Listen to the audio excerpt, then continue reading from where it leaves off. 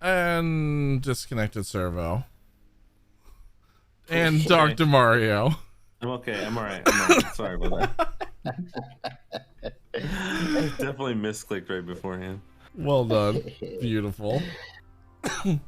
Hello, everyone. Welcome to Why Is Music Still On? There we go. Oh, like good music now. Hello. Servo bork. Servo not bork anymore. It's fine. He's just, half borked. I'm pre-recorded. Yeah. No big deal. That's how we know in 3 seconds he's gonna say 1, 2. Fuck it. There you go. Pre-recorded servo. Wait, should he have said? Well, never mind. I was confused. Don't worry about it. It's pre-recorded. You don't have to worry about it. We'll just edit it later. Are you guys ready to do the topics for today? No. Oh wait, I'm early. Hold on, sorry. Rewind me. We gotta hit pause. Hey guys, how's it going? Welcome to the beginning of the podcast. This is the very beginning, where I'm supposed to talk about introducing us. We are the Remnant Gamers. My name is Servo, and this is the part where Jono says, "Hi, I'm Jono," and then I think Lack goes afterwards usually. Heyo. And then, yeah, okay. So next part, we talk about the title. I love working with pre-recorded servo. Everything's just so easy. Just edit those parts out in post, right, Jono? No, I won't. I'm actually going to leave them all in. God damn it. So what's up, everybody? How's it going? Welcome. Let me tell you something. First thing right off the bat. Damn it, fucking pre-recorded servo. Zero sugar Mountain Dew. Oh my god. I did the same fucking thing the other day because I saw one of the new flavors and they didn't have one that was regular, or I just don't know how to read. So I just grabbed a bottle and was like, all right, whatever the fuck this is, new flavor, let's try it. And then it was zero sugar and I was like, oh, this tastes like sad. I'm sure Jono is not gonna like this one, but I think that it tastes pretty good. Does it taste like sad? No, it's pretty good, Jono. And then Lad will say something.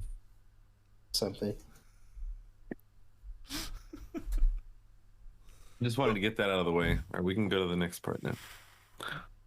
Hello, everyone. Welcome to episode 91. Guys, we're 9 away from 100.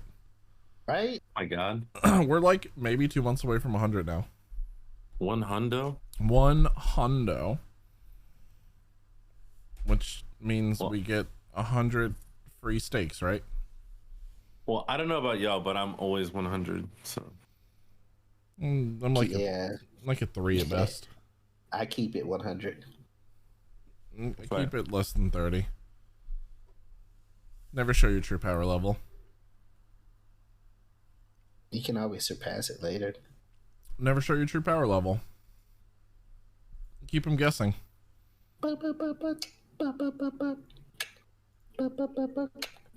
all right. So I got a Funko Pop story. Yeah, that's right. You're saying that you were going to tell us a Funko Pop story. So as you guys know, I've been collecting Funko Pops, mostly Naruto's, and did you get that fucking hot ass Naruto on top of what's his name? What's in Sage mode? Gamakichi, yeah. The one with him on the toad? No. I couldn't get that one. So I've been going back looking for older ones. One of the ones I was looking for is Kaguya, which is a high value one. So my birthday's coming up. My birthday's coming up in March, and the missus took it upon herself to try and surprise me with it. So she bought one from Amazon, and it came in, and it was fake. Oh. And she spent like $100+ on it. How do you know it's fake? Damn. Because on her robe, if you know anything about Naruto, she has like the Tomo signs, which are look like 9s. Yeah. Yeah. and they go down her robe and across the both sleeves. Well, on one robe, they were going in the opposite direction. So instead of nines, it looks like a bunch of sixes. Like oh, so you got a 69 one. Yeah. I got a 69 Kaguya. There was some. Maybe that's just like a glitched one. I looked, and there's two different versions. There's one that's a New York Comic Con exclusive and a fall convention exclusive, and both of those have the nines going in the same direction on both sleeves. So she ended up getting her money back, luckily, and sent the pop back to the guy who sold it to her. And she tried to surprise me and bought another one from Amazon. Oh no. Stop. Please tell me it was the same one. It was a different one, but that one was also fake. It was from a different person. Okay, was this one 96ing instead? Yes, this one was 96 and instead of 69. So it was the same issue. They both had one sleeve had the 6 on it, and you know the eye she has on her forehead. Yeah, you can tell it was a sticker instead of like painted on the Funko Pops. Like someone had took a sticker and put it on there. So obvious fake. Yeah, obvious fake. So she sent that, but it wasn't the pictures that they had sent her. She thought she was getting. After I had told her what to look for, she thought she was getting the real one. So they just copied the picture of the real one. Right. So last part of the story. Oh no. There's more. But wait, there's more. Me and TQ Gamer follow Skittle Rampage, who's like he has a huge YouTube channel and all he talks about is Funko Pops. So he has a Facebook group where you can trade, buy, sell, and trade Funkos on there. So I posted on there and I said, looking for a legit Kaguya, money in hand. And like 3 guys messaged me. One guy messaged me, and I just want to let you guys know the conversation. So the guy messaged me. So are you gonna read it to us verbatim? Because it's gonna be great. I kind of feel like I'll tell you at the end. He messaged me. He asked, was I still looking for the Kaguya? Because I was talking to 2 guys, and I was asking for pictures and like for them to put a timestamp, like write their name and a timestamp on a piece of paper and like have it in the picture with the item. So he was asking, he goes, are you still looking for the Kaguya? And I say, yes, I'm in talks with 2 others, but nothing has been finalized. So he goes, let's get these done. Where are you located? And I said, Jax, Florida. And he goes, awesome, thumbs up. I do shipping. How much do you have in mind to pay for it? So I said, one offer I have is $75 shipped, but the box is damaged. I said, second offer is $85 shipped. I'm just waiting on updated pics with the timestamp. So after that, I didn't hear anything from him. Today he says, hey, and I'm like, hello. And he goes, sorry, I was at work. I couldn't text you. Are you still interested in buying a pop? I said, sure. Can I get some finalized current pictures? He goes, hold on. And he asked me which one was I looking for, the New York Comic Con version or the fall convention version. I said, I would take the fall convention version as long as it's not fake. And he goes, no worries. My price would be $85 shipped. I like to consider your location because of shipping. I said, that's cool. I said, do you have pictures of the pop? I said, with the timestamp. And he goes, yeah, I'm getting you the timestamp now. Now, when he said, I'm getting you the timestamp now, that occurred at 5:47. So when he sent the picture of the timestamp, it was 6:01. Okay, no big deal. It takes some time to take pictures. First red flag was he sent one picture. And I'm like, bitch, it don't take that long to send one picture. This is the picture that he sent me. Especially not when you send a picture that can like have a timestamp and geolocation from your phone. What the fuck is that? So you put a like fucking post-it over the whole thing. That's the pop he sent. What's the purpose? And you can't see it in the picture, but that shit looks photoshopped. And I was like, first of all, why would you cover the literally the important part of the pop? Exactly. Yeah. And so my next thing I said was, I need to see the sleeve. Does the box have any damage? Can I get more pictures? So he goes, the box has no damage. Let me quickly get you some pics. And then he comes back with these. Please tell me they're like pictures from the original release like thing. So then he comes back with these. So I'm like, bitch, why didn't you just put the timestamp right there in front of that? Right?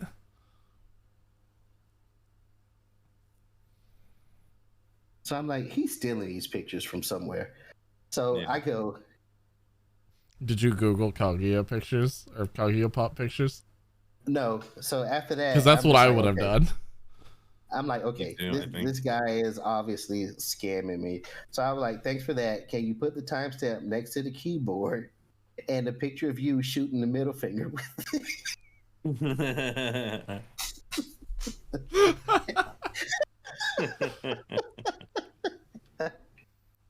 I mean, what more proof is that? I mean, that would easily make up my mind. Yes, this is 100% real. Yeah, it's real. He has it in hand. So I after I was sitting in there, I called him by mistake. Of course, he didn't answer, and I was like, "My mistake. I accidentally butt dialed you." And he goes, "Hey, man, I got other sellers I'm dealing with at the moment. I can't do that." I was like, "I already did the timestamp for you. I understand if you don't feel comfortable with it." And I'm like, "Okay, appreciate the offer, but I'll pass." So I'm like, dude, I just want a Kaguya figures. Now I'm really curious if it's all been the same person from like from your wife all the way to this. Yeah. It could be. It's just one dude who bought up all the Kaguyas in the world and then started making replicas that are awful to send out and scam people with.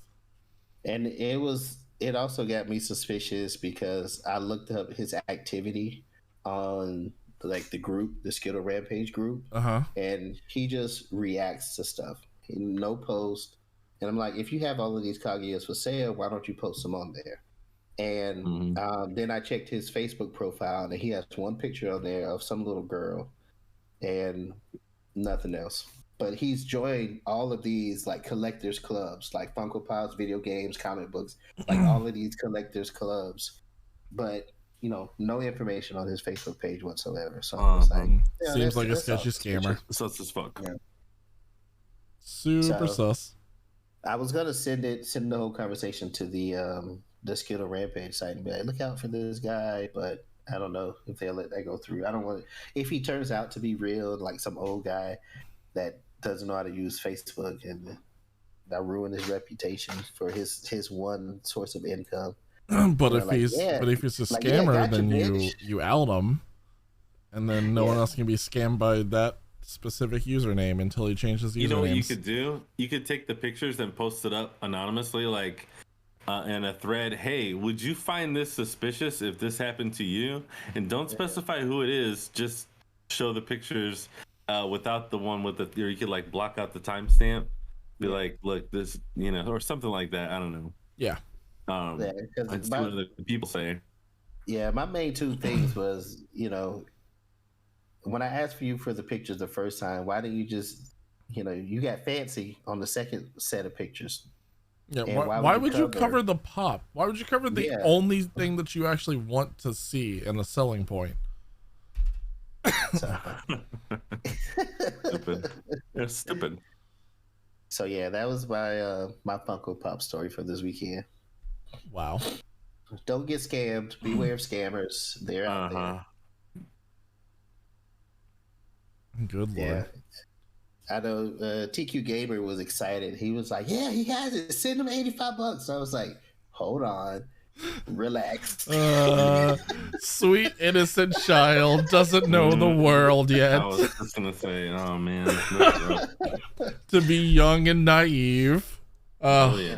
And I was trying to explain it to him. I was like, look, this is what you look for. This is what you ask for. And he was like, well, you're asking him a lot of questions. I was like, if he's trying to sell it, he'll be patient enough to answer your question. Mm-hmm. And I was like, if he gets upset or tired of your questions, move on. So what? You find it somewhere else. So I thought it was funny. Of course, Mrs. Moneypenny is out. She's raged. She's like, I'm never buying anything from Amazon again. Why do they let people sell this shit on there? And I was like, I don't know. I was like, maybe they got scammed and they just trying to offload it on somebody else. But I mean, hey, it could have been worse. It could have been like when the people were originally trying, or the first wave of PS5s and Xbox Ones, and the people on Amazon were purchasing like $1,000 boxes of the PS5. It was just the box. Oh man, it could have been like that kind of scammer. I see one similar to that where he was just selling photos of the PS5. Mm-hmm. But he put it in the description. He would be in the title, it'd be like PS5 for sale, and then it said read description. And in the description, it would say this is only for a photo of a PS5, but nobody read the description. And nobody read the description. They just went straight to purchase. Right. Like, a PS5. That is so funny. Yeah. And I was kind of like, I mean, he was like, read the description, but if you don't read the description, it's kind of on you. Yeah, I was gonna say, what did they say? It pays to be a savvy shopper or whatever. Yeah. And shop smart, shop smart. Yeah, something like that. No good. So, what have you guys been playing this weekend? You jump into that. Too much. Wow, that's kind of a big question. I know, Servo, you had a little return to Sector Smash this weekend. Oh yeah, for sure. We played that yesterday, last night. Of course, we're not really like playing so much as watching the game be played, but it's just as fun in my opinion because the CPUs are just so like they're so pro and then so trash like all at the same time. It's hilarious to watch. They'll make the smartest, like dumbest moves.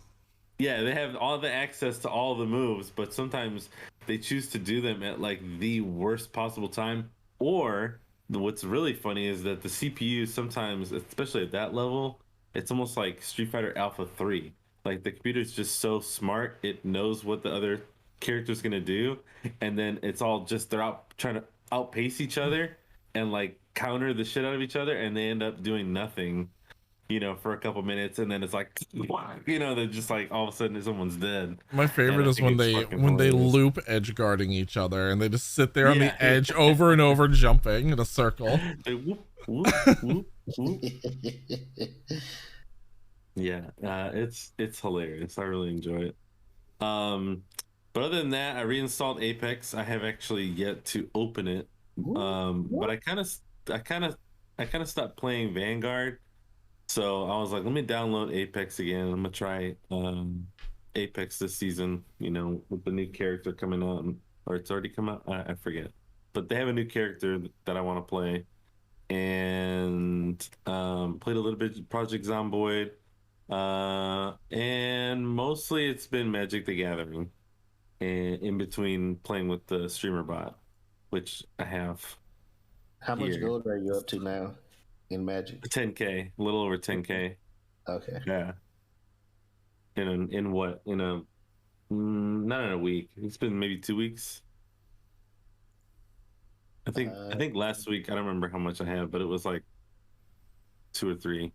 But one thing that I was going to mention was that I've been using this app called Untapped.gg. I don't know. Do you guys use that? I used to use Untapped when I was checking card values back in the day.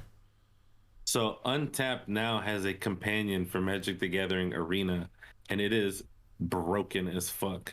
Like right now, the meta is in flux, so some of the information is a little outdated or underdeveloped because they have to take data from different games and people using it and stuff. But basically what it does is it tracks the meta for different decks, and then it will also tell you like, hey, this is a top tier deck that people are playing. It wins 35% of the time, and you happen to have all the cards in your collection to make it. Do you want to copy it? And then you can go bloop bloop and start playing it just like that. Or if you have enough wild cards to craft the deck, then you can also just hit the button, copy it, import it, and then hit craft all, and then you have a brand new deck. Okay, yeah, it's really cool. The desktop version of that has that too, that it'll do the same thing, because I'm pretty sure that I was using that to like grab a couple of nut decks last set, I want to say. Was the you were copy paste. You were using Untapped to do it? Yeah, I'm pretty sure it was Untapped. That's what I'm talking about. Yeah, the desktop version is exactly what I'm talking about. I thought you meant the app has that on there. Yeah, because I remember that was a big thing. Like, that's why my Angels deck isn't finished yet. It's because it's just a bunch of the Untapped deck list of things, and I'm like, I don't have these cards yet. Oh, gotcha. Yeah, well, now you can like log into it and it'll actually read your collection and tell you, hey, you can build this, you have all the cards for this, or if you get a couple of these cards, you know, you can make this. Or what I really like is I'll just copy a deck even if I don't have all the cards for it, and then you can look up a card list of like the top cards by archetype, and it'll tell you for your deck like how the cards rate for that deck. You can even compare it to different opponents. So if you're like, my blue white keeps getting fucked up by red black cards, you can see like what the most effective cards against that type of deck are. That's based interesting. On the information that it's really in depth, and it keeps track of your ladder and stuff like that. So like it's nice to look back and go, man, okay, I went to like gold using green white, but when I switched to using blue red, then I've kind of been stagnant, you know. Or like you can analyze your ladder and shit like that too. No, I need something. It's a lot of fun. Yeah. What was it called? Untapped? Untapped.gg is the website. It's a website and a companion app, you know, like they work together. So it like uses your browser, but it's also got an overlay. It allows you to see like all of the cards in your deck as you're drawing. It's got an overlay like Hearthstone used to have. Yes, that's nuts. That's also broken as shit, because when I was using that for Hearthstone deck, so you don't have to take notes and shit. You can see all the cards that they've played. And you can go like, oh, okay, they have 3, you know, what is it, Baron of Under, that cleric dwarf card. And you'd be like, but they've played all 3 of them, so I know that card is not coming back out. Oh, you know? That's dumb as shit. Oh yeah, no, it's broken, dude. But honestly, it helps so much because I don't even really use that, because again, I've played it enough now that I can recognize the archetypes. But it's nice to be like, oh, what was that card that he used? And then the list is right there. You can go, oh, and it'll highlight it and it'll actually show you the details of the card too. It is the perfect tool to absolutely know your deck in and out, because that's what I used to use in Hearthstone when I was playing competitive. And I was like, this is how I know, okay, I'm going to get a card draw at this point. If I hit a ramp card, these are my options. As soon as I can get a card draw into that, bam, this is how I get to end game right here. Yeah. And you can look and be like, okay, they killed my dragon and he countered that. What do I got left? Oh, nothing. Okay. It's especially useful for control too, to be like, okay, this is how many counter spells I have left. This is how many draws I have until I get that. Yeah. Being able to math out your deck that way is such a fucking blessing. Oh, I agree. Yeah, I need something like that, because I've looked up deck lists. And all of the deck lists that I've looked up, I have none of the cards. So if it can like see the cards that I have and then make a nice deck off of that, I'm like, that's awesome. Yeah, it's based off what other people are playing. So you know, like you're getting a deck that's been sourced from someone else who's using the app, but at the same time, like if that deck is very successful and it's got, you know, over 500 games played, then you know, like, oh, okay, well, most of the time when I go up against somebody in this tier, I can, you know, I'm probably going to win. And it's got standard format as for free, and then they have a premium for, which is $7.99 a month. I don't pay for it yet. I'm kind of on the fence about that part. Yeah, it's the keyword there. It does offer decks that are used higher than, I think it's gold tier. So, like, they have a certain amount of, like, decks that are behind a paywall and things like that. And those are all your big meta decks and all of your big tournament winner decks. Yeah. Which you can just go and look up the tournament winner deck list anyway. Yeah. So it's not really that big of a deal. But it definitely helps in like building cards, and building decks, and kind of understanding like, okay, what kind of cards do I have in my collection right now that I can even use? Because I've done that to myself a lot in that game. I'm like, okay, I'm building mono green Stompy, and I put a bunch of Stompy green cards in there, and then I'm like, God, this deck just does not win. It should. And like, I see other people playing it, but sometimes there are like those key cards that you're like, oh, I don't have that, and that's you always need 4 kind of why I'm plummets. losing. Yeah, exactly. Yeah, I've been playing a little bit also. I'm racking up my coins for Kamigawa. I went against someone who had I'm still new, so I don't know all the names of the cards, so don't come at me. I'm gonna come at you right now if you don't tell me what the name of the card is. It was some type of bug, and when he played it spawned like 2 other bugs. Oh, the beetle, the fucking worst. Yeah. Yeah, he put 2 of those out, and like every round it's like 4 bugs. I'm like, holy shit! Are you serious? My friend Richie made a deck around that, and every time we would end a match, he would end with over 130 plus of those that are all +3/+3s. See, I hate them. I hate Scoot Swarms so much. Yeah, if you don't kill it instantly, you are gonna regret your life.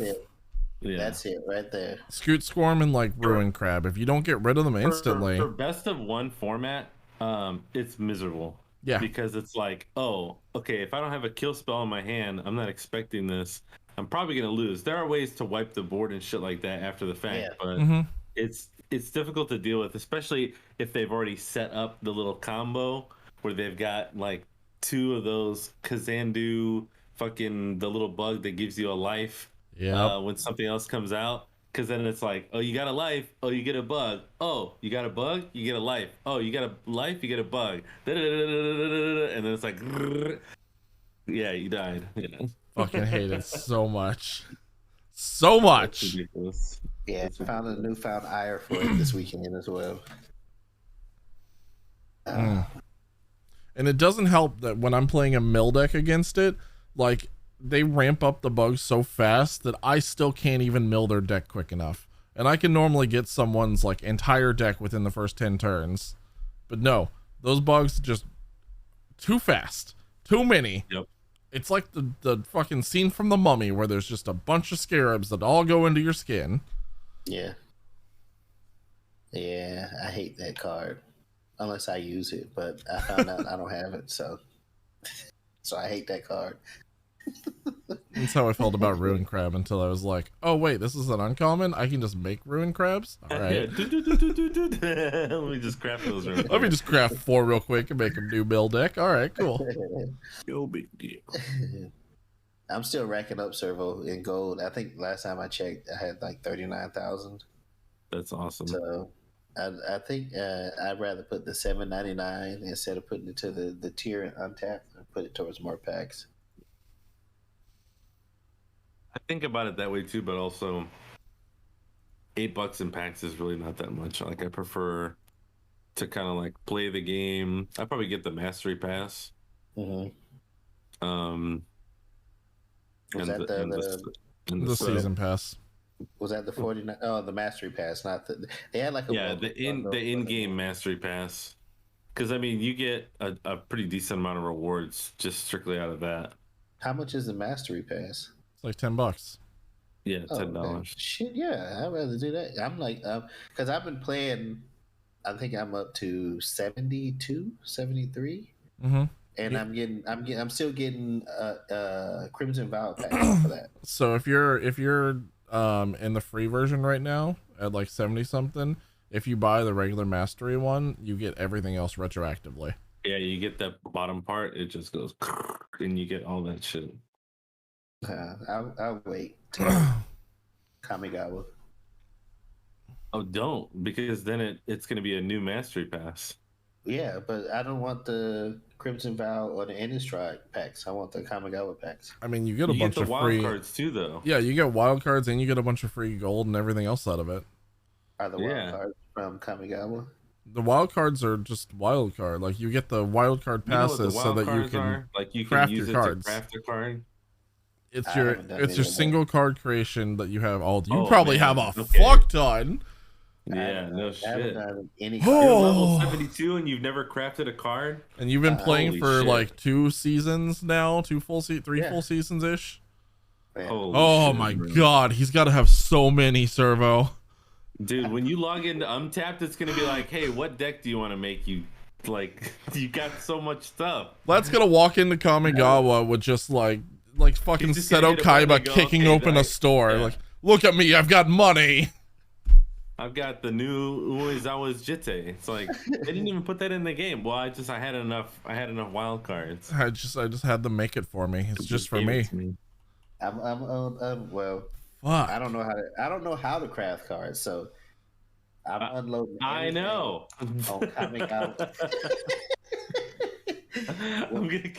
feel like I need to kick your ass right now for having all those wild cards and not knowing about it. Look, we should play Friday. Oh, I haven't checked in a couple of days. For spoilers, what? I didn't know that Tamiyo was announced.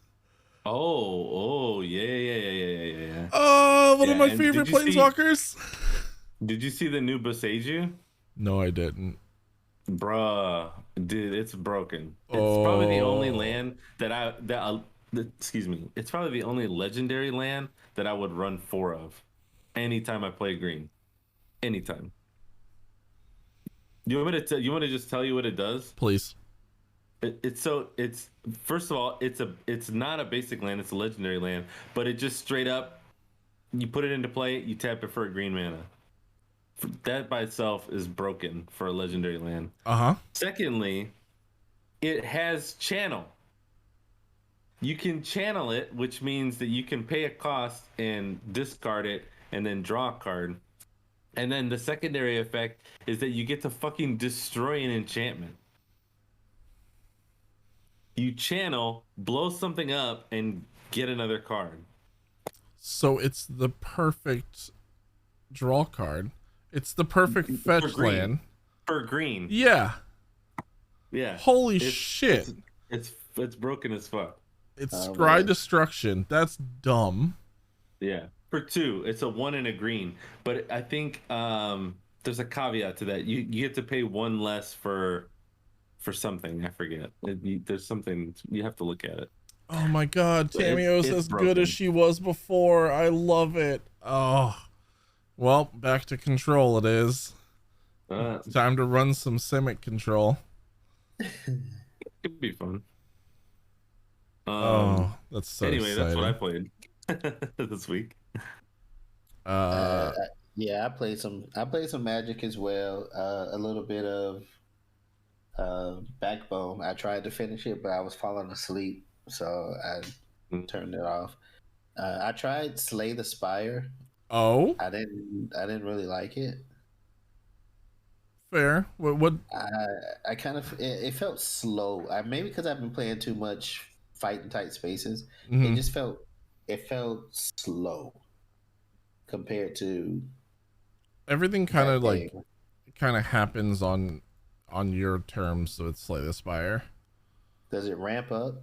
Because I was, I don't know if it's the further you get into the Spire, yeah.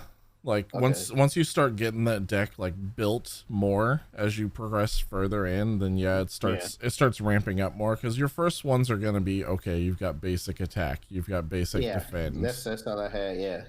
But then you're gonna start getting into actual combos, and it's starting you base level, like level 1 deck, and then you're getting the cards as you go through levels in the Spire.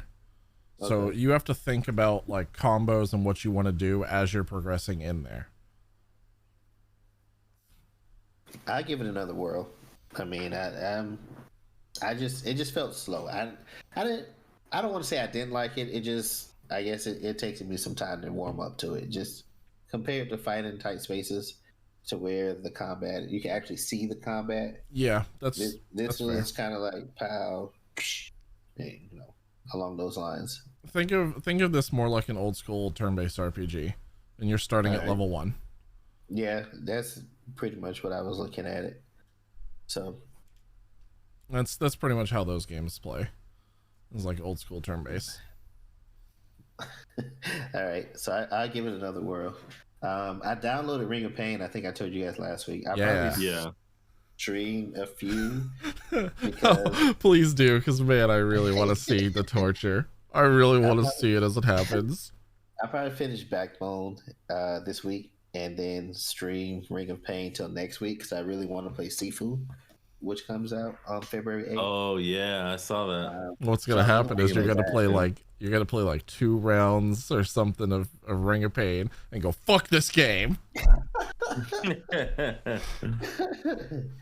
I did pick up Arceus, but you know me, it's still wrapped up. It's really hard right now because I keep going. I could be playing it right now while we're doing the podcast. I can mute the sound. I could be running around collecting and doing things for my Pokedex. I mean, it's not that isn't anything we haven't done before. Animal Crossing. I try my best not to. I try my very best not to, because I'll lose focus. And then my normal round of Genshin. Yeah, that was it. That's all I played. I haven't gone back to Extraction. I may end up removing it. I've played a bunch of Extraction. I'll get off of work and be like, I just want to shoot something. So I'll load up Extraction, go and do like a single player, like couple of missions or something, get my ops up like 2 levels each or something like that, and then be like, all right, that was fun. That was enough stress for me right now.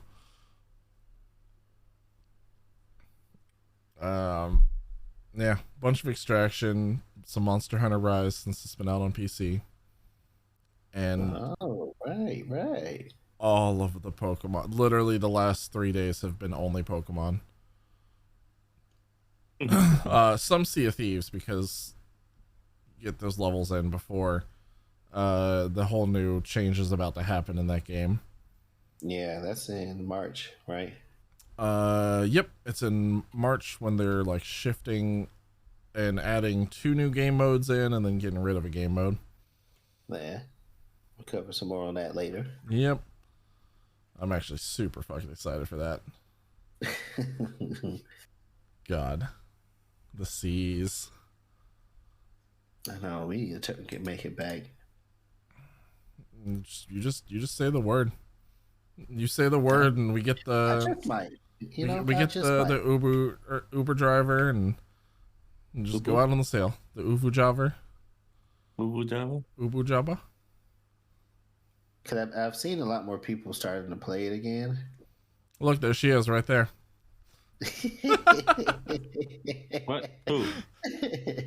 The Ubu driver. Oh. We said Ubu Java, and she answered right in chat.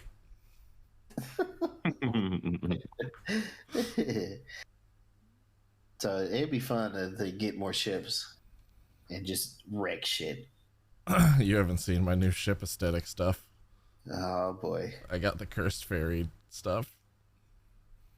Oh well, hell, see if these looks like some Fairy of the Damned now.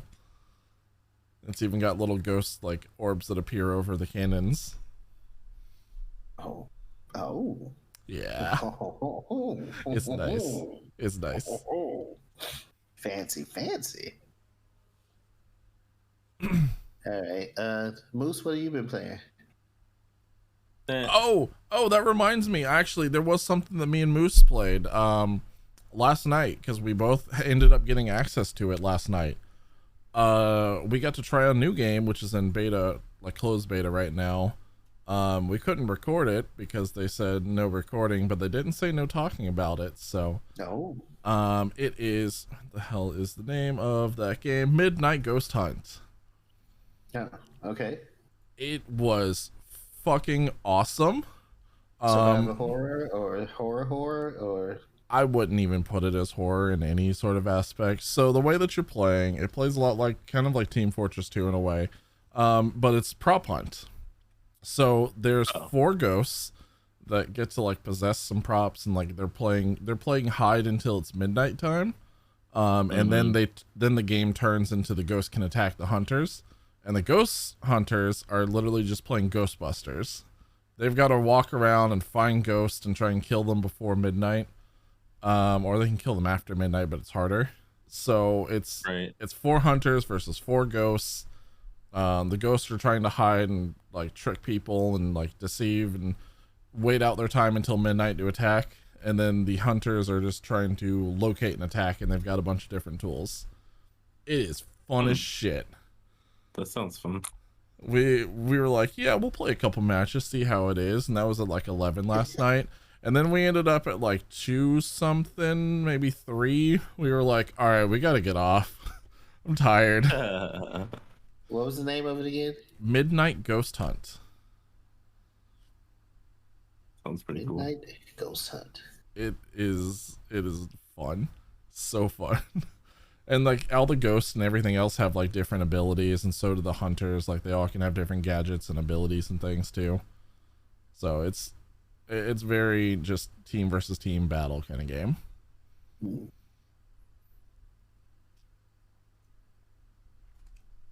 Oh, anything else, Jono? Was that all? No, that was it. Yeah, that was it. All right, so I guess we jump into some more Twitch drama. Well, not really Twitch. I was drama. gonna say he's not even really Twitch. He wasn't really like banned from Twitch or anything. He wasn't even fazed by it. Unscheduled break from the NoPixel server. I guess is what again. As always. So as per usual, whenever NoPixel's up, XQC got banned from the NoPixel server again. I saw the clips of it and everything too. He wasn't even fazed by it. He's like, I knew it was gonna happen. I was spamming them. It was my fault. It was funny though.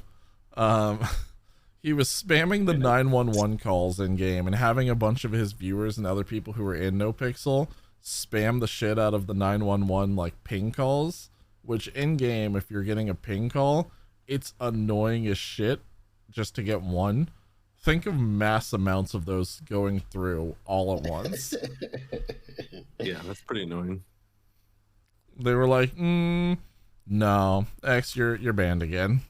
Just take another couple of weeks off. We'll figure it out later. It's like every other day. I think I was reading it where he said he did it over 500 times. It's about right. And I mean, if one is annoying and you're doing it 500 times, oh man, I can't imagine how irate I would be if I kept getting those. It's funny because he knows too, like because he like in NoPixel and the RP he played people who were getting the damn 911. No, but I mean like he knows because he was a police during one of his NoPixel runs, so he knows what those 911 pings are, and that must have been when he was like, haha, if I'm not a police, I can annoy them with it. Had to be how he concocted the idea. Yeah, I imagine so. More trolly behavior from XQC. Ever since you guys have put me on to XQC, that's all I hear about him. The frequent bans, or wasn't it Rust before that he was kicked out of? He lives to troll. Yeah. His existence is to troll. Yeah. So until the Definitely next part ban, of his personality. Right. So we'll see what the next ban comes from XQC. We might need a segment, like a Twitch drama segment, like with who, because it seems like those are like at the top of our list whenever we start. Like who's beefing with who? Yeah. Twitch lack of policy or something like that, or who's been banned. Or... This week in Twitch. I mean, yeah, it's pretty much just become a regular routine segment of ours at this point. Yeah. Thankfully, it's awfully light on this week on Twitch this week. Yes. Not a lot of drama. Well, it depends on how you. I would say it depends on the drama that you're finding right now. Yeah. Next topic is. Well, before we go to the next topic, just thank you to Jazzerdog, who's continuing the gift sub from Direct Edition. Yo, Jazzer. Why did I get a gift sub? You didn't. You gave a gift sub to Jazzer during our season premiere stream.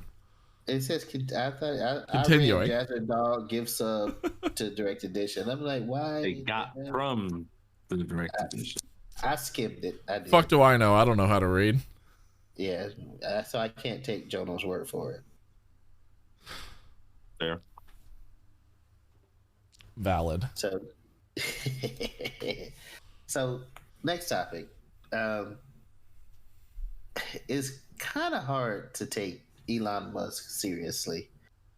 What do you? He's a mad scientist. What do you mean it's hard to take him seriously? Exactly. He's a mad scientist. How can you take him seriously? If he's not starting some Twitter beef, he's like releasing the new Cybertruck. And so when something like this comes out, something like this possible like world altering technology that he releases, I'm kind of like, did this really come from Elon Musk?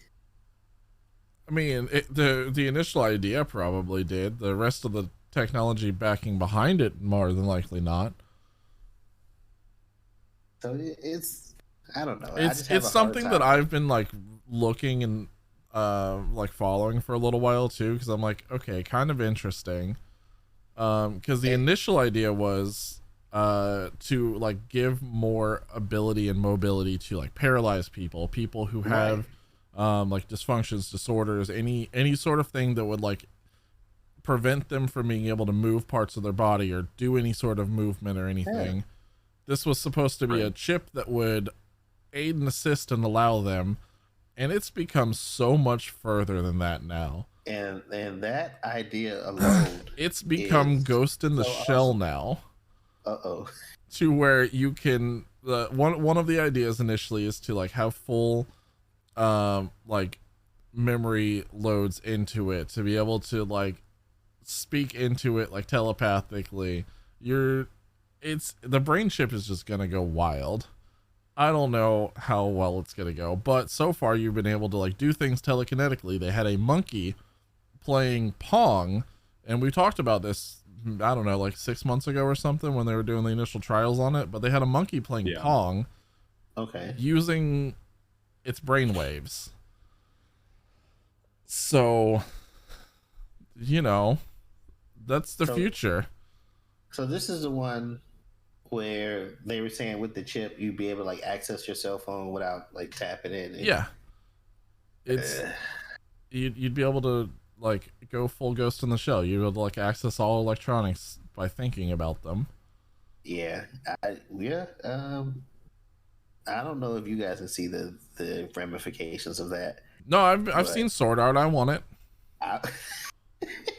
I'm about it. Yeah, kind of. I'm all about it. I don't even have a sister, so I got nothing to worry about. I, however, would be taking more caution approach.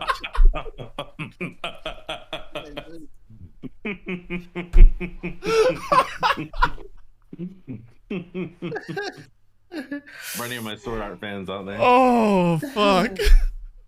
That was great. I, however, would take a more cautious approach. I don't want to be trapped in Sword Art Online. I do. Yeah, I do too. Wasn't it last week when we were like, if you're gonna die, at least choose like a cool way to do it? Oh yeah. Like, think about that. You could be the first trial death run of the first like few people in Sword Art. I'm game. Let me be one of the first 2,000 to test it.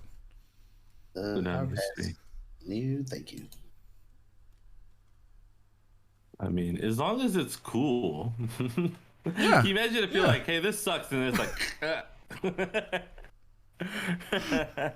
See, that's what I'm thinking. With Neuralink, it's going to be more like Suicide Squad. It was like, okay, now you're drafted into this special squad that we need to run this island. They're like, I'm do it. I'm like, okay. Boop. And see, that is an issue, and that is something that is a potential with that. And in the same way, it's literally the same as Ghost in the Shell, where like people will be able to hack into other people's chips. People will be able to upload false memories into people's chips. And if you don't pay your Neuralink bill, do they like shut it off, and then you're back to the same injury that you were before? Yeah, probably. See, they'll fuck you up hardcore. That's I don't know. The world of Ghost in the Shell is pretty great. I totally would want to live in there. I just came in with an awesome ass game story for that. Take a note. I need to write that down. Write it down.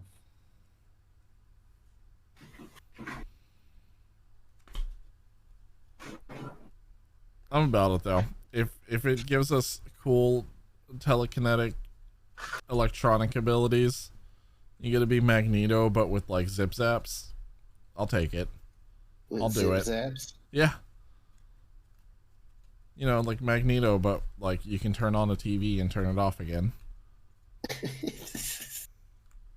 Side note. That's like the worst use of the technology. You go through billions of dollars for surgery to have it implanted, and be like, "What did you get it for? Oh, you want to see something cool? Watch this." Is not all technology the ability to turn on and turn off things? Do we not make more advancements so that we don't have to get up and press a button? Yes, but also no, because you're still pushing a button. You're just doing it from further away. But you're not pushing the button. Remote controls are a lie. Yeah, voice. See, now that's genius. Or the voice recognition stuff. Like, yeah, we're just going into different versions of how do we turn things on and off, but more convenient. How can I be as far away as possible from something and still turn it on and off? See, just like Servo just now with voice recognition. He turned the thing on and off. You, thanks, I love it. Servo has the new Neuralink. I do, actually. You see what I just did the thing. Yeah. I didn't see. Where'd you turn up? Oh, there it goes. It's that new Neuralink. That is. You got the sweet alpha version. Is it glitching? Is that the beta version? Did you need to upgrade? Is that what happened? Someone call Elon. Yeah. Get Elon in here. He'll fix it for me. I need Neuralink 2.0. I'm still on 1.0 version. They're like, no, the version you're looking for to activate your refrigerator comes in 3.0. Damn it. $30 million. Son of the bitch. Can you imagine the backlash? Yes, I can. And see, more importantly is, can you imagine all of the back alley versions that are going to come out, where someone's going to be in a van in an alley like, yo dog, I can put a chip in you for like $30. Let's go. Yes, dude, I can't wait.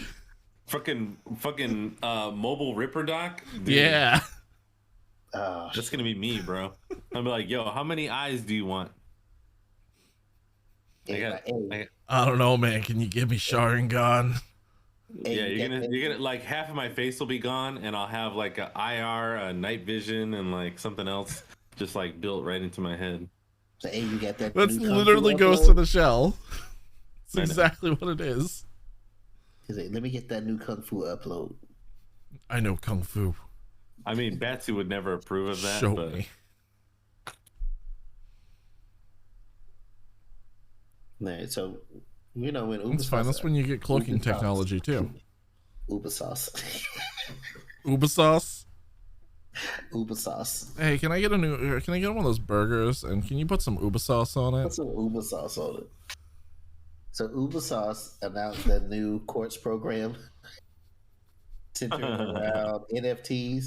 I think that was the one when they were saying for the special gear you had to put like 600 hours. Yeah, the thing that they got laughed off the internet for when they announced it. Yeah, they were getting a lot of backlash from fans from it. So they're supposedly saying that fans just don't get it. They just don't understand the whole NFT thing.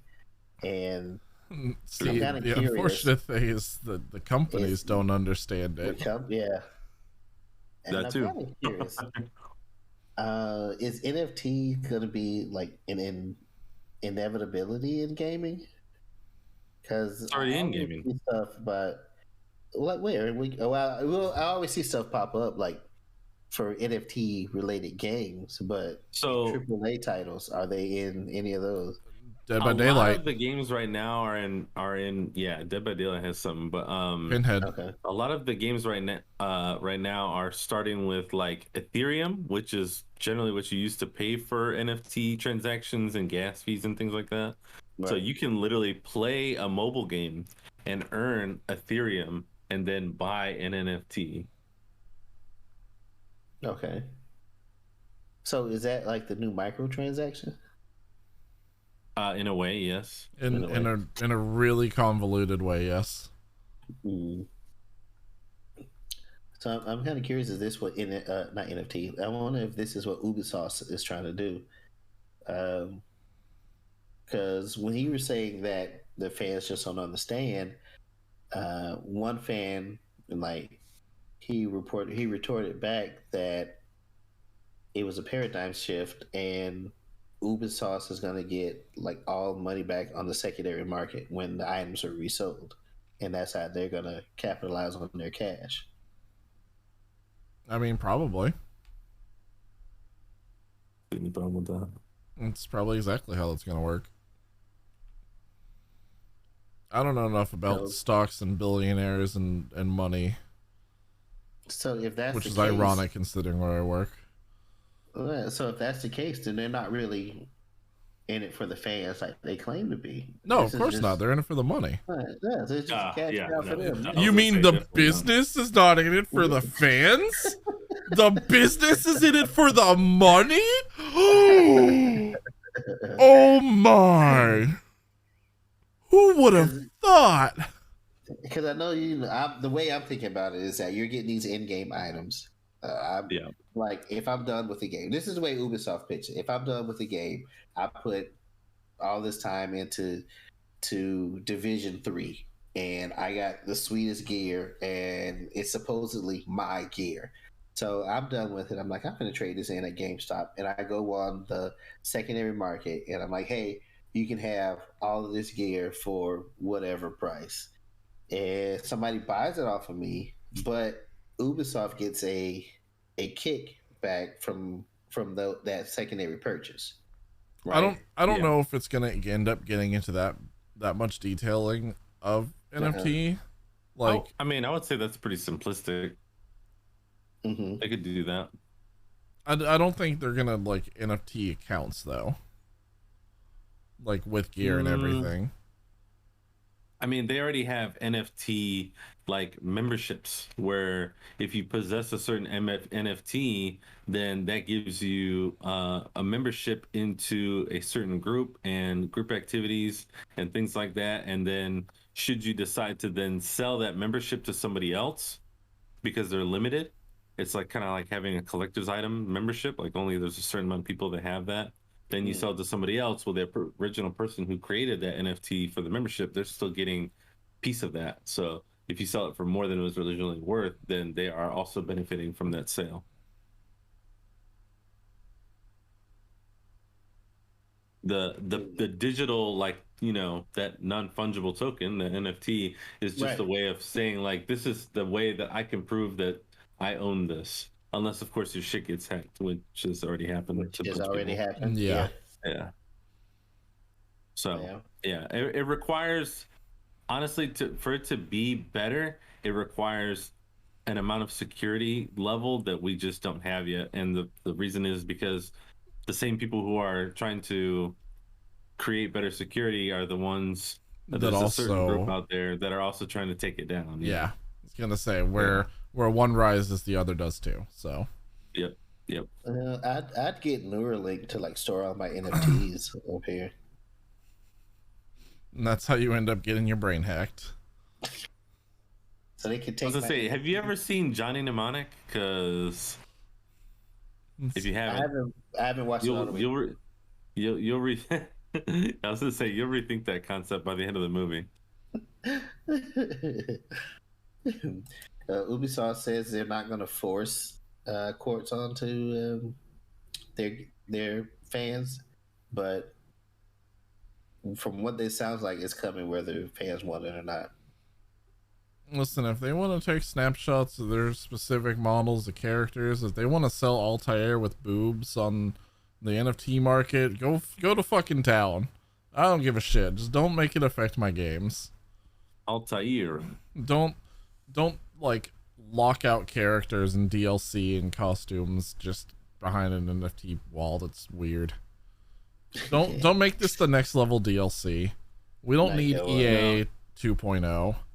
It should be it should be restricted to, like, as far as video games go, it should be like cosmetic stuff. So that you could be like, yeah, I was there for this event and they issued these NFTs and now my dude has this cool hat. It would make it really special for like MMOs and things for sure. Yeah, that's what I'm saying. That was the same thing that it's like DC Comics did. It's like when RuneScape like was the first year of RuneScape, there was party hats that were given out for the first anniversary, and then that became the rarest item on RuneScape from then on after. Yeah.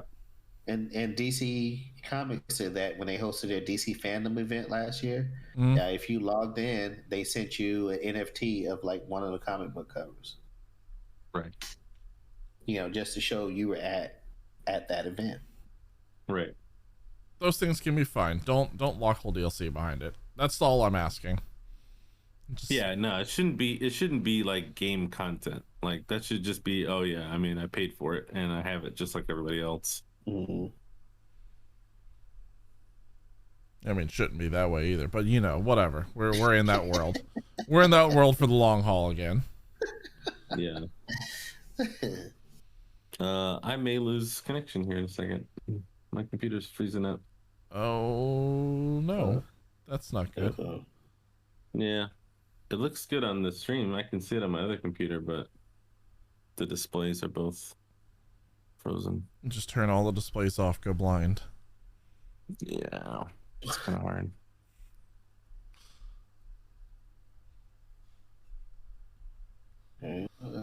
So hopefully we won't lose Servo. No, we're good. All right, we're good now. I'll say it blinked. It's live. Yeah. I know, Jono, I know the answer for this question, but I was going to ask, what's the longest amount of time that you guys waited for a game? How long was Kingdom Hearts 3? Like 12 years? Was it 13 years? 12, 13 years, something like that? Between Kingdom Hearts 2 and 3. It was 14 years. Oh, wow. But Servo, how long have you waited for a game? Like, I have waited a total of 22 years for the final trilogy ending of Chrono Trigger and Chrono Cross. I thought that's what you were gonna say. Yeah. We don't want to hear about Legend of Dragoon. This is not in the topics. This is not in the topics, but there is a spiritual successor, kind of. I don't know if you would even call it that. There's a new RPG that's coming out that has the same composer from Chrono Trigger and Chrono Cross, and it is a JRPG, and it has a lot of elements that are like Chrono Trigger and Chrono Cross. So it's a different art style though. No Toriyama, unfortunately. Well, it's a hard man to get a hold of. Exactly. So yeah, that game is coming out and it is pretty cool. And I already forgot the name of it. I was about to ask you, what is the name of it? It is called, I just saw it on the Nintendo channel yesterday. Nintendo. I'll find it in just a moment. Okay. Okay. I've been waiting 23 years. Sea of Stars. Sea of Stars. Sorry. Oh, I've heard of that one. Yes. I have not. It is. Is that Nintendo exclusive? Was that a Kickstarter? It is, I believe, a Kickstarter. Yeah. Yeah, I think holiday this year. I'm about to share it in the chat. I want to say I kickstarted that one, if I'm not mistaken. Sea of Stars. It's on Steam wishlist. Oh, it is on Steam. Oh, nice. Yeah, but it's coming out for Switch. Switch. It's from the creators of The Messenger. Yeah. That's cool. No, mine was called Sacrifier, but I think maybe someone showed me Sea of Stars, and I was going to keep an eye out for it or something. But it definitely sounds familiar. Interesting. But I've been waiting 23 years for Legend of Dragoons. Oh, actually, hang on. I waited longer than Kingdom Hearts 3. It was 97 when 7 first came out, and then we finally got the remake in 2020. Oh, you talking about Final Fantasy VII? Yeah, so what was it, 23 years? Yeah. 97. Yeah, that's about 23 years as well. Yep. Yeah, we finally got that.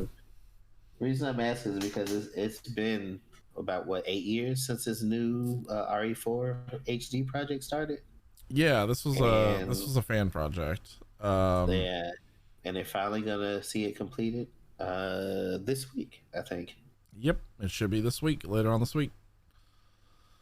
Full HD project redo of Resident Evil 4, which looks better than the VR version that they released. That's for sure. Okay, I was gonna say, why would they put so much dedication? 8 years is a long time. So much dedication into Resident Evil 4 HD.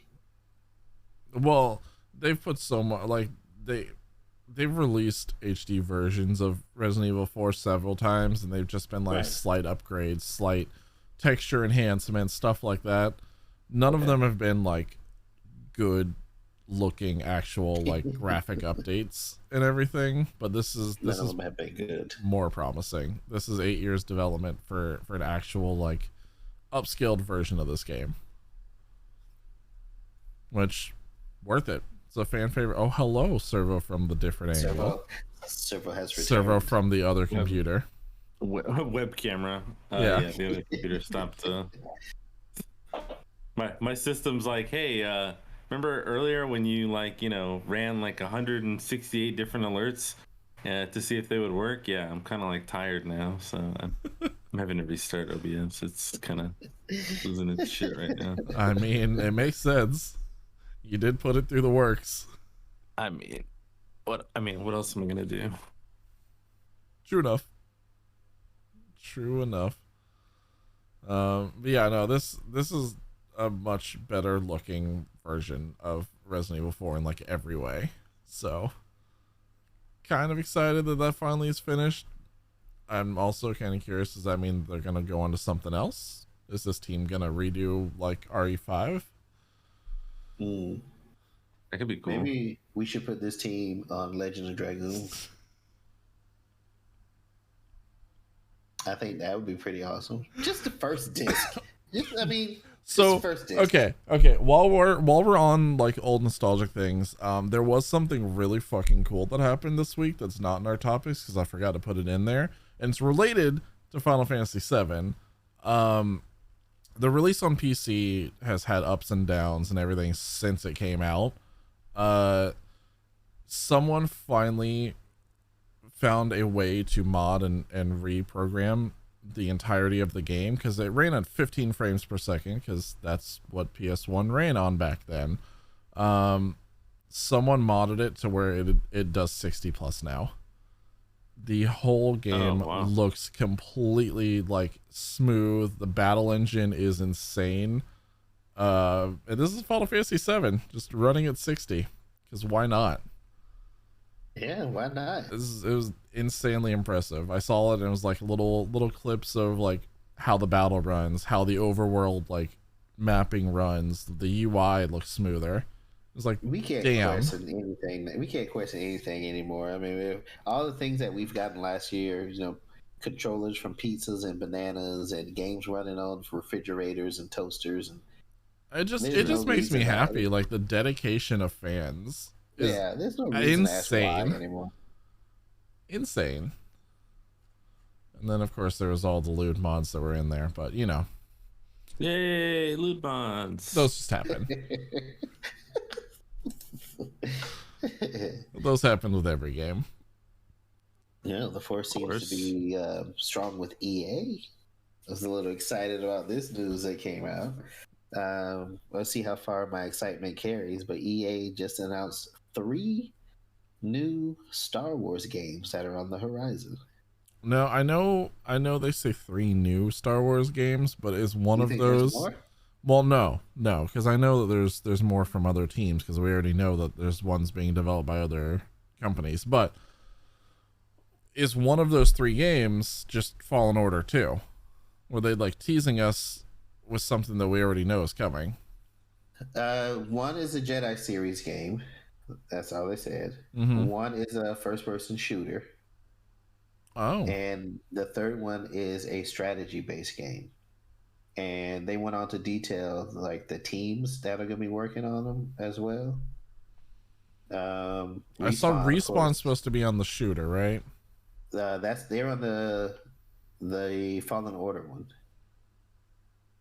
Oh, okay. Was Respawn the one who did the original Fallen Order?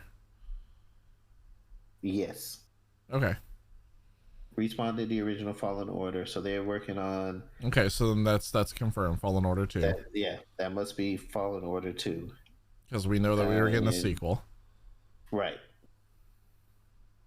The other 2, the shooter, it was a guy who led like Battlefronts. I was gonna say, okay, the teams in EA who would be able to do shooters is the Frostbite engine team, so it would be the Battlefront people. Mm-hmm. He works on the Battlefronts team, and the third one is strategy, which means who did potential like Civilization. XCOM? Oh yeah, Civ. Yeah, that could be interesting. A world builder, like RPG, turn-based thingy, strategy game. That's the word I was looking for. Strategy game. Strategy world builder like Civ, but Star Wars.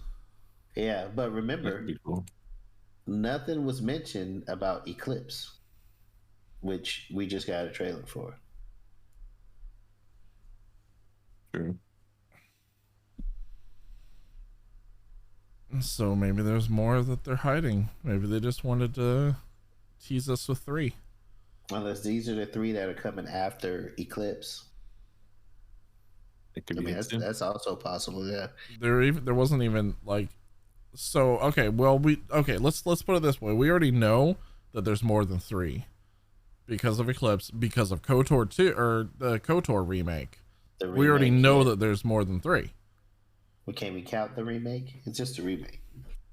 It's an entire like redo from the ground up though. Well, okay, remake, re-release. Yeah. So I absolutely count it. Do you remember what studio was on that one? I want to say BioWare.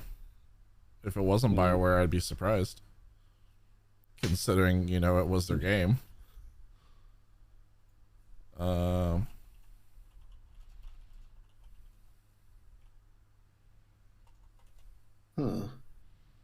That's curious. So I think these may be the 3 that are coming out after the Star Wars Eclipse. I'm a liar. EA's not even involved with the KOTOR remake. The plot thickens. Sony Interactive Entertainment is the one just doing it. Oh, PlayStation exclusive. Yep. Now that I say that, I remember the aggravation that people were saying, because originally it was an Xbox title. Yep. Originally it was Xbox exclusive. Yeah. But I mean, fucking mascots and everyone else from these game systems have switched hands so many times. Now Spyro is owned by Microsoft. Yeah, that doesn't even make sense. And fucking Crash Bandicoot and Spyro are owned by Microsoft, and those were PlayStation mascots. So you never know what the fuck's gonna happen nowadays. That is so true. But the only thing we know about these 3 projects is that work has begun on them, and they are looking for more help. Posted some job openings on them on Respawn Careers, but other than what they are going to be based on, like another Jedi series, another first-person shooter, another strategy game, we haven't gotten any more details on that. I want the Darth Maul game that was scrapped. That's what I want. Did you see that? That's all that Jono wants ever is games that were scrapped. Yeah, that's all I want ever. Star Wars 1313, Darth Maul game, the Boba Fett Bounty Hunter game That's what I was gonna say. They released like a clip online of the Boba Fett Bounty Hunter game, and fans are even more upset that they never made it. Mm-hmm. I want these things that we can't have that we should have had. Speaking of which, isn't it sad that the best episode of Boba Fett so far has been The Mandalorian? I haven't seen it. I haven't seen any of the episodes. I've seen one episode. I've seen one episode, and I 1000% agree with you. Is that Mandalorian Boba Fett is better than all of Book of Boba Fett? No spoilers. We were gonna watch it, but we took a detour and started watching the 2nd season of The Witcher. Oh, I still need to watch that too. Shit. Yeah, I keep forgetting that's out. I'm gonna be honest. It's a really good show. But that's not even close to a spoiler. There's so much more going on than that one episode. But yeah, it's interesting. I heard the latest episode was really good, but the latest episode is really good. But when you see it, you'll understand. It's episode 5. When you watch it, you'll understand what I'm talking about. Also, it's like 2 or 3. It's directed by the person who did Spy Kids. So when you see that episode, you will know that you're watching that episode, and then just try and forget that it even ever happened. I've seen a lot of hubbub about Bryce Dallas Howard directing one of it. Was it directed by Bryce Dallas Howard? No, that is the person who has directed The Mandalorian in the past, and that's why it's so good. But yeah, you'll see what I'm talking about. But basically, I read an article today, and I was like, this person explains how I feel about it perfectly, and it is that the problem with the Book of Boba Fett is not the show, because overall the show is really good, but there are certain things that they did in the show with Boba Fett that makes you just want to go, okay, so when's Mandalorian season 3? And it doesn't make itself like, where you're like, oh shit, what's gonna happen to Boba Fett next? Because I mean, that could be any episode. That should be any episode. You should want to like see what's going on, but it kind of makes you want to go, okay, so where's the Mandalorian? Because it feels like the Mandalorian a little bit too much. Okay, all right, yeah. But if you like the Mandalorian and spoilers, but if you like the Boba Fett in the Mandalorian, you're gonna like Boba Fett in Boba Fett. Big surprise. Very debatable on my end so far, but I've only seen one episode. Oh, it's the first one. Is it the first one? Yeah, the first one where it just isn't the same Boba Fett as he was in Mandalorian. When you get to the 5th episode, you'll understand what I'm talking about, and you will like it slightly more. Okay, all right. I will take your word for it, because I'm just like, man, what did they do to my boy? It kind of starts out and it goes whoa like that. Yeah, that's kind of how I feel about that show. I gotta give him more chances. Yeah. Do we though? I mean,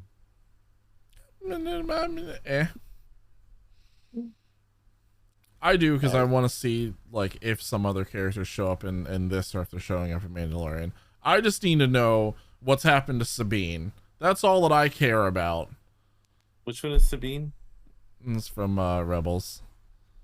She was the she hasn't been on the show yet, right? She was a female Mandalorian, right? She's the female Mandalorian from Rebels, the one who like spray paints, has like explosive spray paint. Oh, I haven't seen Rebels. Was that the one in Mandalorian where he met her on the planet and she had like two other Mandalorians with her? No, that was that's Bo-Katan. Yeah, that's Bo-Katan. That's not Sabine. Sabine, I know that they've cast a live Sabine, but I don't know when we're gonna see her, and I don't know what show she's supposed to be in, but I want her back. They actually there's some plot holes with Bo-Katan and the Mandalorian that were really annoying to me they took care of in Boba Fett. Okay. And then who's the other person from Rebels who is still like missing that we know is still alive somewhere? Ezra, the main character. Ezra. Yeah. Urza Saga. No. Ezra is still out there somewhere. Yeah, they've cast Ezra. Mm-hmm. For live action, anyways. But we don't know when we're gonna get that. Mm-hmm. That's probably Ezra might show up in fucking Obi-Wan for all we know. Actually, with the way that Rebels went, he knows the location. He could show up in Obi-Wan's storyline. Yeah. Anyway, Star Wars. Right? Well, hot off the heels of the purchase of Blizzard by Microsoft, Blizzard decided to go ahead and announce a new survival game. Decided that they want you to help out with, to be involved in. I think decided is the loose term of as part of their contract, Microsoft said you need to put out a new title. This will be under our watch, control, and management. Rightfully so. Yeah. This is what you're gonna do. These are our stipulations for saving you. Okay, so Blizzard decided to put out. Is that better? Yeah, that's better. That's accurate. Okay. And they are looking for help, I guess. They put out a couple of feelers for anyone on careers.blizzard if you want to help with the interest in helping build this universe, your universe. God, that's such a rough. So coming off the heels of everything that's happened with Blizzard Activision, and them putting out a help wanted ad is almost one of the most sour tastes in my mouth ever. Yes, they're doing better. They're getting rid of CEO Bobby Suckdick. They're fucking going to Microsoft. Everything is supposed to be better, but then you also have to remember what just happened and / is currently happening. The lawsuit, the sexual harassment, all of the everything else in that company that's still coming to light, like week after week. Yeah, they were the one that had the Cosby Suite at BlizzCon. Yep. Yeah, and then they're like, "Hey, come work for us." It's like golden opportunity mixed in with like the poisoned apple. It's like temptation in the garden. That's what this is. I don't know what you're talking about. You know, you ever been tempted in a garden? Never. Not once. Not never. Remember, every time I try to type Betsy's name, I start with the B and it never comes up. And I think it's Betsy, yeah. It's tricky. Tricked ya. So if you want to take the chance and work at Blizzard, closely watched by Microsoft. We guess. I don't know. They have a couple of positions out there that for this new IP that's coming out. So, I mean, could be a golden opportunity. Could be a chance to get in with the company as it's rebuilding itself and like on the redemption rise. This could be one of those like, oh my god, I got in on Overwatch on day one kind of situations. 2. No, we don't talk about Overwatch 2. We don't talk about Bruno. We also don't talk about Bruno. I'm glad that everyone's seen that now. I've heard it before I saw it. I also heard it before I saw it, and then saw it and was like, oh, it was really good. Yeah. Yeah. It was. It didn't help that the youngest one watched it several times. So the song, I would hear the song like playing throughout the house before I actually sat. I just sat down and watched it this weekend, but I've been hearing it. It wasn't Tangled, Frozen, Moana level good, but it was still like it was good. It was all right. Yeah. Still enjoyed it. The songs are very catchy. I'll say that. Yeah. Oh yeah. I mean, Disney. Yeah. Disney. It's kind of what they do. Yeah. They tap right into your song blood. Honestly, as much as I should have liked that movie, because I'm Colombian and I felt like there were a lot of little things in there that I was like, oh my god, like like that's like when my family does that kind of shit. The music was like it sure as hell wasn't like Moana. I was like, damn, they really didn't have like any of those songs that really kind of like stuck with me. Like the Bruno song, honestly, I like it a lot. I think it's like very clever the way that they did it in the movie, but the song by itself is not very entertaining to me. Nothing is long lasting in my memory. Itself. Yeah. Like anybody would walk up and like start "You're Welcome," and everyone would be like, "That's in my brain." Moana, Coco, a couple of those that have come out recently. I'm really drawn to those, especially the music in Coco. Yeah, that one's like a little too good. Yeah, Coco. Yeah, I feel like they didn't necessarily hit it out of the park. They just ran it home. I can see that. I'll take it. It's still good though. It's still pretty. No, yeah. It was good. It wasn't great. I've seen more people do like deep dives on things that were like not obvious in it, that were like, oh, that's kind of cool that they did something like that. There's a lot of subtle things in it. We were watching it, and spoilers. When they were singing that song, "We Don't Talk About Bruno," you can actually see him sneaking around in the background. Mm-hmm. I was just like, oh, I would have never noticed that. There was a lot of little things, especially during that song. Mm-hmm. Like everyone talks negative about Bruno except for the girl who's got the hearing superpower.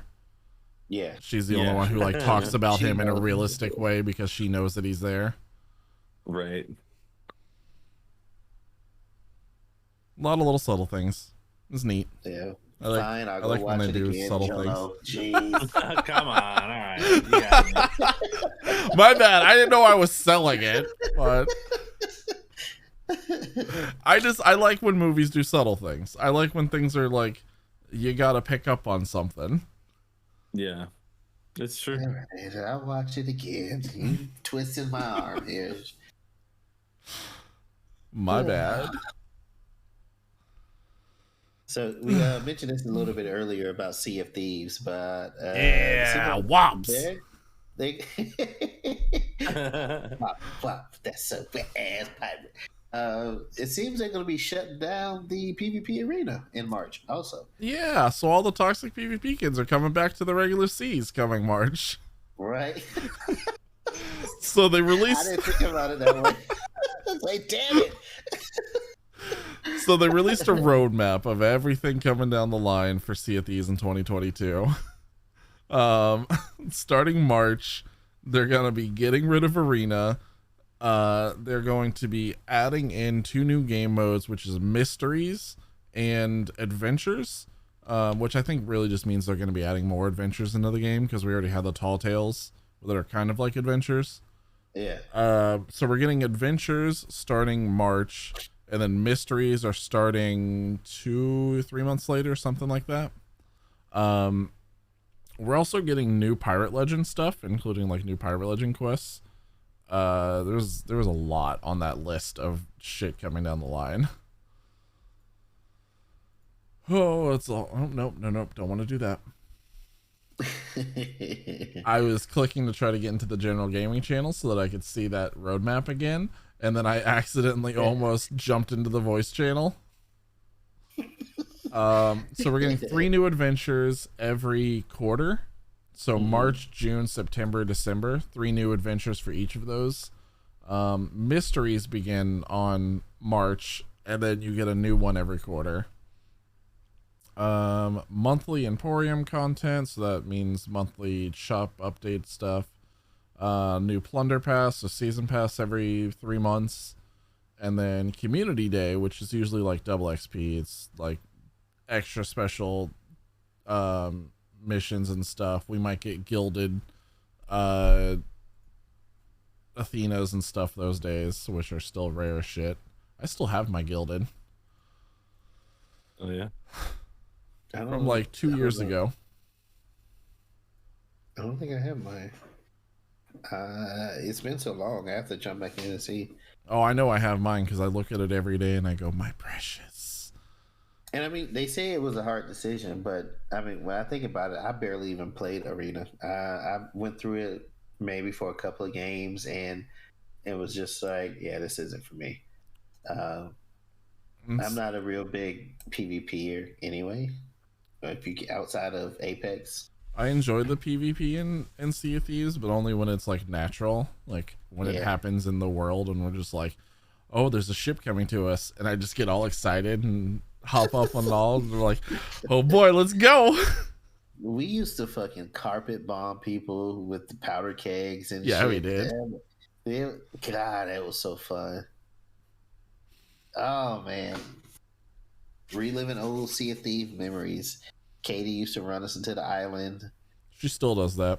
Yeah, she still does that. So I gotta say, my first experience with the ghost ship in that game, the skeleton ship or whatever, that was I have that clip. That's one of my more popular clips too.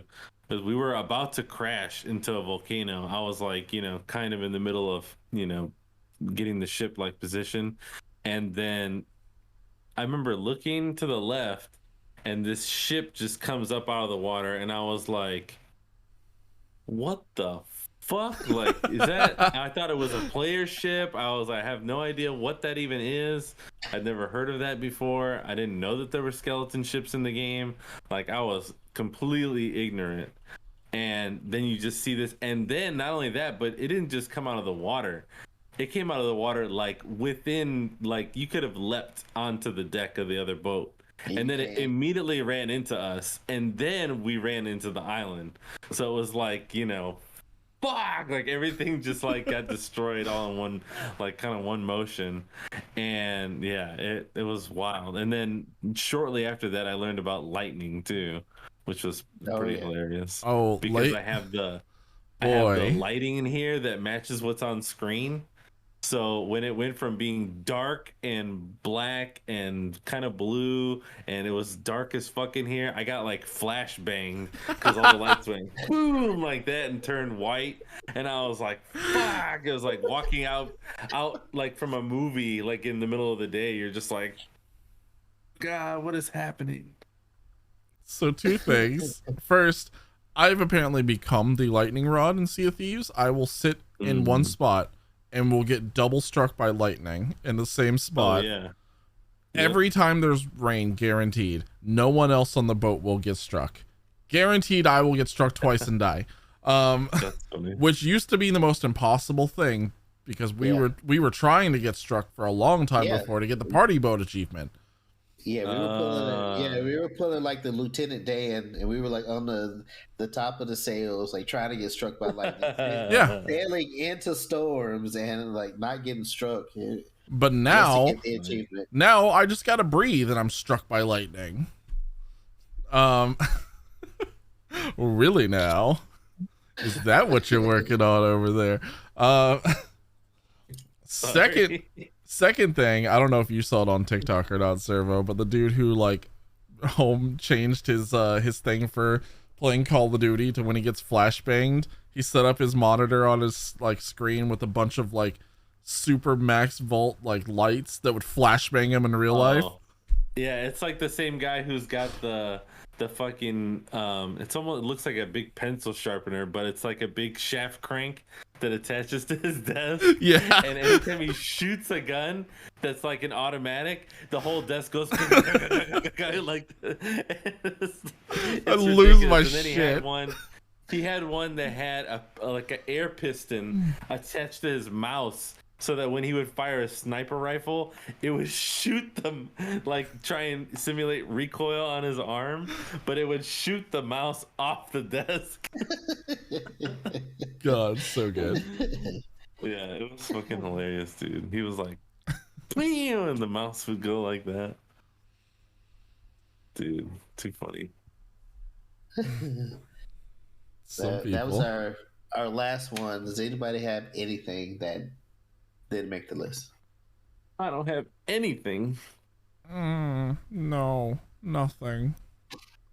So sad. Go pick up Pokemon, people. Pokemon. Oh yeah. Pokemon. That's just my life right now. It's Pokemon. That's what's going on in John's brain right now. Mm-hmm. Pokemon. It's like becoming John Malkovich. Everyone's going Pokemon. You can guarantee the minute that we hit in stream, I'm gonna be just immediately turning my Switch on. Pokemans. Honeyband. Pokemon. Oh, Pokemon. All right. Moose usually does subscribers, but since he isn't here, we want to say thank you. Thank you to all of our subscribers. We can't name you all by name because Moose usually does that, but rest assured, when Moose we can name you all by flavor. That's right. Can we? Yeah, they're all delicious. Everyone's a delicious type of flavor. We got red and yellow, orange, pink, blueberry. Sir, what flavor is red? Colors. Oh, red Kool-Aid. Oh, Kool-Aid. Yeah, that's okay. What I mean, could have been Gatorade too. I don't know. No, it's like it's red. It's what flavor you want? Red. Yeah, like what flavor Gatorade is. If you know it, then you're a fucking cop, obviously. Yeah. He's a cop. He's a cop. He's a fucking cop. Fucking cop. Go. I want the blue one. I want the white one. And when I'm really sick, I like the yellow one. Ew. It's only when I'm sick. It's only when I'm like flu sick that I like the yellow one. Ew. Yeah, and I repeat, ew. I agree it's an ew. I don't know why my body likes it. Oh, you know. Your body's calling. You know why your body likes it. I do know why my body likes it. Stop that. Stop. You don't want to do an ASMR ending.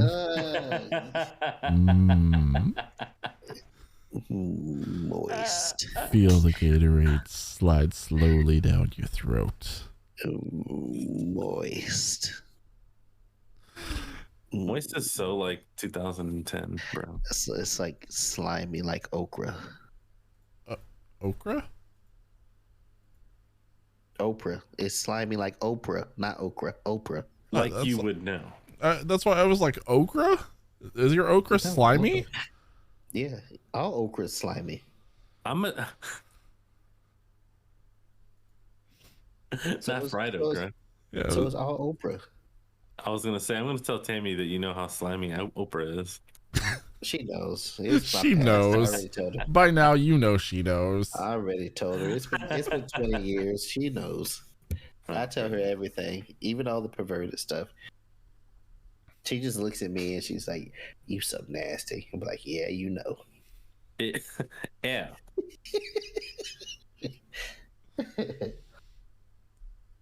And that's how baby number 3 is made. Oh, jeez. Next. What do you guys playing on your stream this week? Well, definitely gonna be playing some Project Zomboid. Gonna be playing some Minecraft, and more than likely some Apex. And then Saturday, it kind of depends.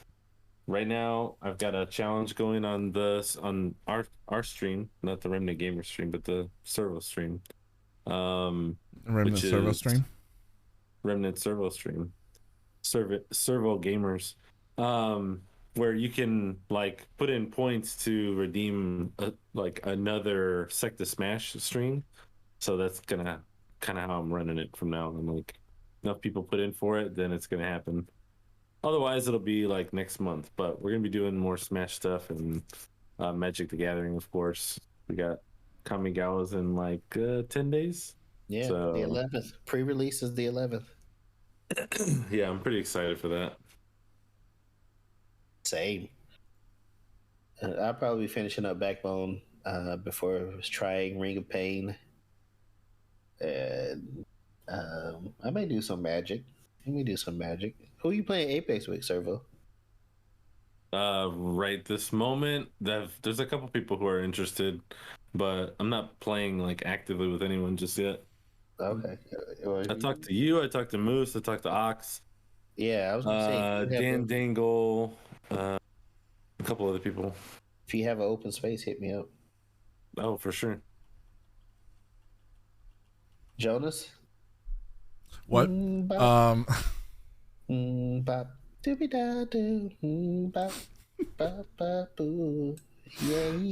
I forget I can do that to you while we're live. There's gonna be some games and some streams. I don't know. We'll probably jump on Servo with some Project Zomboid at some point, since we didn't get to last week. Yes, please. I'm excited. I really want to play. I really want to play. It's so much fun. Who knows? I might start Five Nights Security Breach this week, if I get the extra time to. Yeah.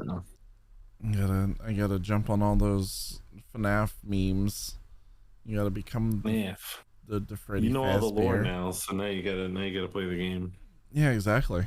No, I just gotta play it. You're gonna be like, "Oh my god, that's an Easter egg," and everyone's gonna be like, "What?" And you'll be like, "Okay, see the little yellow dot in the corner? That refers to a book that they did 3 years ago."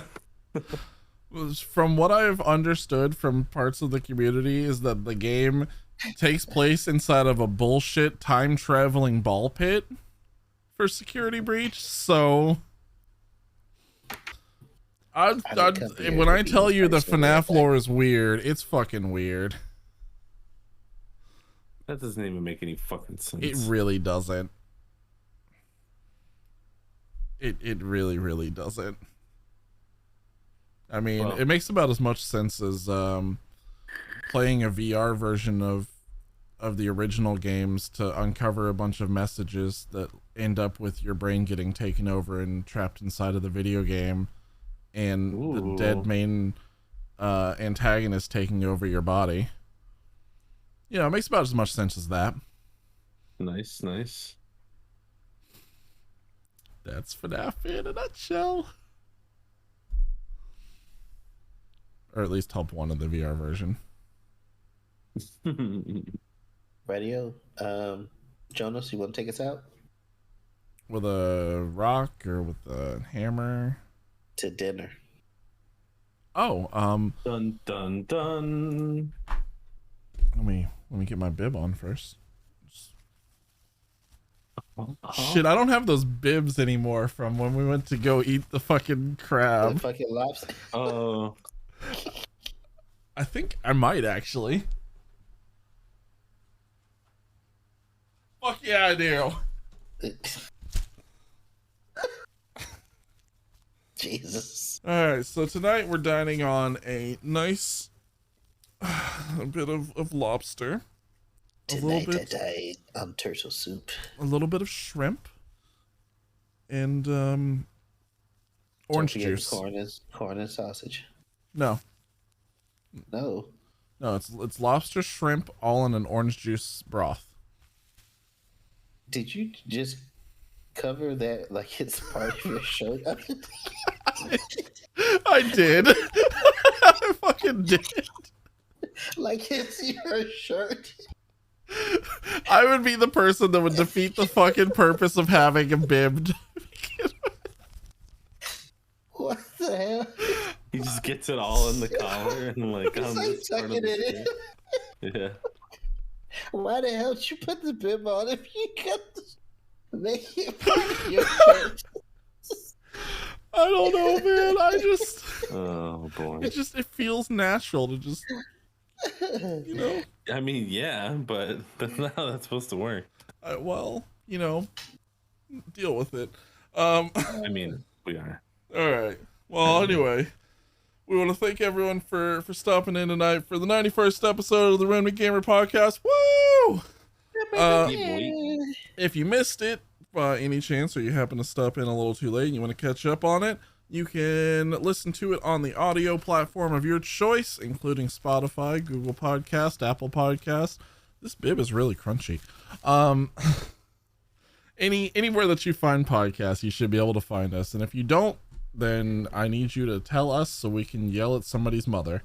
You can also watch previous episodes of the podcast on our YouTube channel, as well as any of our game nights and upcoming content that we have releasing. I think Remnant Eats episode 1 is dropping this week. By Wednesday, it'll be on the channel. So you'll be able to rewatch through episode 1. Check it out. We have a Discord. It's pretty dope. You can go !Discord in our channel, or you can look under in the pinned links in all of our media for our Discord channel. You can go hang out with us, spam some memes, put in some food recipes, tell us what you like to eat.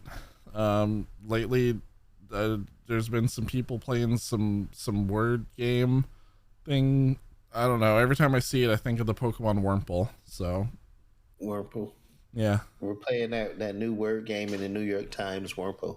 Yeah, Wurmple. Everyone loves Wurmple. It's the best Pokemon. You can tell I have Pokemon on the brain. No. Really?